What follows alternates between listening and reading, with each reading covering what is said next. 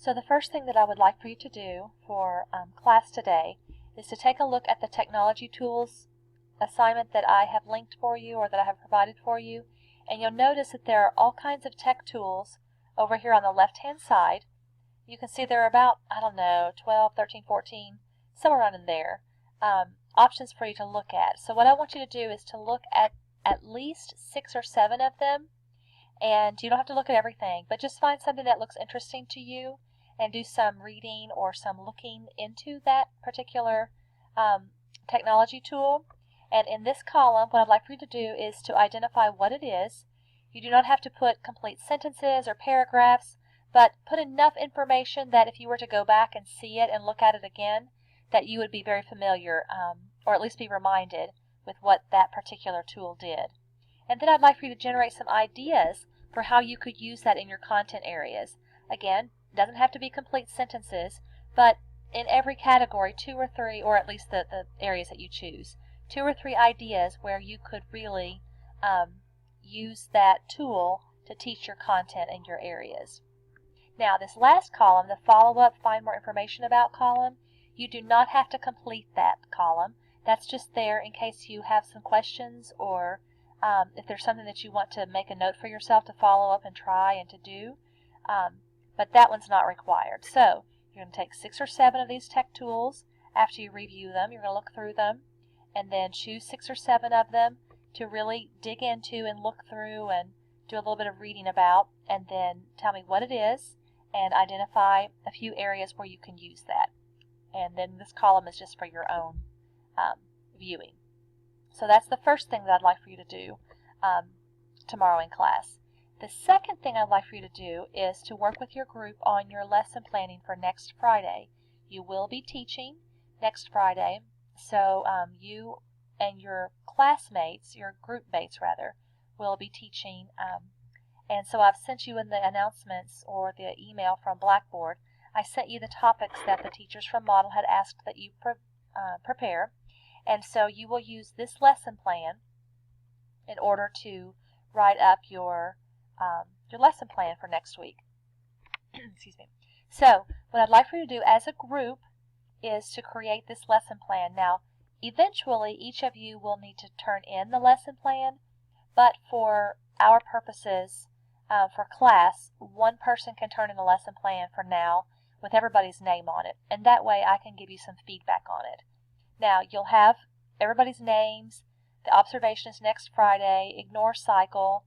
You know the grades of students, and you can probably remember, as far as a guess, about the number of students. You have not really had an opportunity, most likely, to identify the number of students with IEPs or gifted or ELLs or anything like that. So if you don't have numbers for these areas at this point, that's okay. You can leave that blank. You do need to put in the lesson title. You do need to describe the context. Now, if you don't have enough information about the context based upon your one observation, what you can do is look at the school report card. You are very familiar at this point with how to find information from the school report card, so you can look up Model Middle School to identify some information there. Now, the second category, you probably haven't seen this category quite like this on other versions of the lesson plan. That's because this excuse me. That's because this lesson plan is new as of this summer. So in the past, you've just put the current lesson plan targets and not the previous and the subsequent lesson targets. And you really, again, at this point don't know what A and C would look like. So at this point, for this lesson, I only want you to worry about B. There will come a time when you will include A, B, and C, but for this first lesson, just worry about B. What are the current lesson learning targets and objectives? Remember that you're going to have a couple of content-focused learning targets and at least one literacy learning target.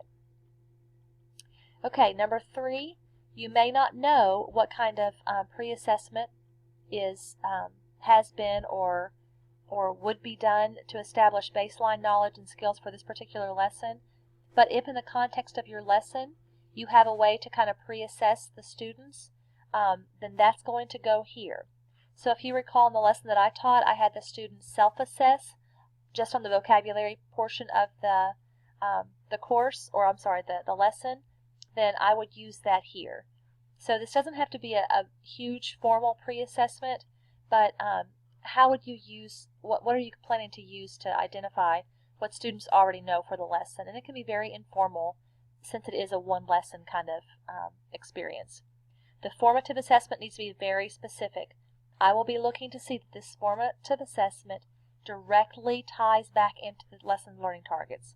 For every learning target, there needs to be something in that formative assessment, whether it's an exit slip or a worksheet that is particularly tied to each of those learning targets, but in some way you need to assess, formatively assess, every single learning target, whether you have 2 or 4. You need to plan to collect that formative assessment. If students are doing projects of some sort, then you will need to have pictures of those formative assessments. Ultimately, you will do a reflection on what the students have learned, and the only way to identify that is to have evidence. And this formative assessment will provide that evidence. So you will need to make sure that you come away from your lesson teaching with student evidence. So you'll tie that formative assessment, you'll describe it, and it should be aligned carefully to the learning targets. Okay, then identify the resources that you're planning to use. The lesson procedure should be a sequence. So I want to see 1 and what you're going to do first, 2 and what you're going to do second, and so on. It should be sequential, it should be numerical. It should be enough detail that I could pick up this lesson procedures, walk into the classroom, and teach it the way that you intended for it to be taught. That means that you might actually put directly what questions you're going to ask.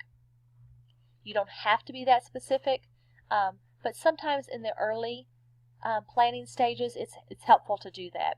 What I don't want you to do is just to give me a general paragraph about, I'm going to do this, and our group is going to have this conversation and lead such and such discussion. You need to be much more specific than that in your lesson procedures. So you'll fill out your lesson procedures, and then the watch for, go ahead and identify anything that you would like to be specifically observed on during this lesson. When you work with in your class, I'll be kind of wandering around next week to see you teach, but I won't be there for your full lesson. Your cooperating teacher, though, Mr. Markham, Mr. Nix, and Miss Rodas, will be. So I want you to be able to tell them before class what it is that you want them to attend to while you are teaching. So be specific about that. So work tomorrow or at some point before Wednesday, because I would like for your group to email me by Wednesday of next week so that I can take a look at it and give you some feedback before Friday.